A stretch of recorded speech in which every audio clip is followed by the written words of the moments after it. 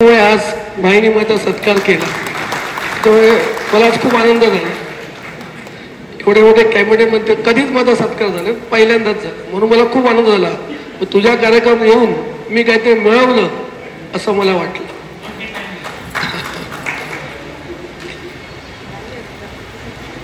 आणि सीतारामने काही आपल्या गोष्टी सांगितल्या की किती कठीण परिस्थितीत मी शिकलो, वाढलो. सरांनी केलेली मदत, ज्यांनी ज्यांनी त्याला मदत केली, ज्यांनी ज्यांनी त्याला सहकार्य केलं त्याबद्दल तो बोलला.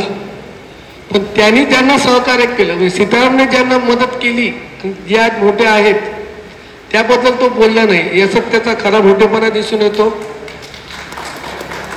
अशा माणसाला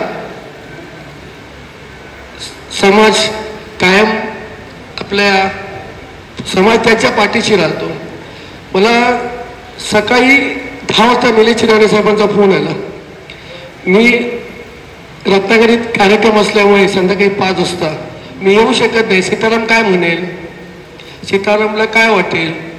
मी म्हटलं त्याला काही वाटणार नाही, तुम्ही त्याला एक फोन कर.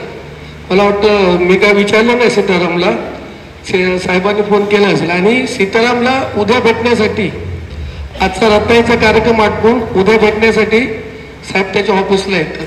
हे त्यांनी मिळवलेलं यश राणे असे पटकन कुठे जात नाहीत. पण सीतारामच्या प्रेमापोटी ते उद्या त्याला ते सकाळी भेटायला येतील.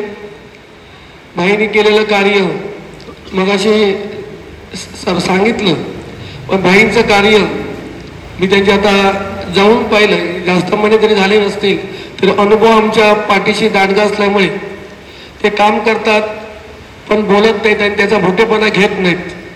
असा भाईंचा स्वभाव आहे.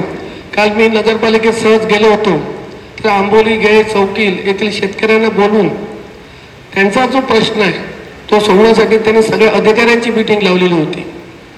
पण त्याचा सर्वांना बोलवलं, सर्वांच्या पुढ्यात काहीतरी केलं असं त्यांनी न करता एक शांत पद्धतीने तो प्रश्न कसा सुटेल आणि लवकर सुटेल याची ती काळजी घेताना मला दिसलेत. आणि खरोखरच सीताराम गौडे तुमचं मी मनापासून आभार मानतो.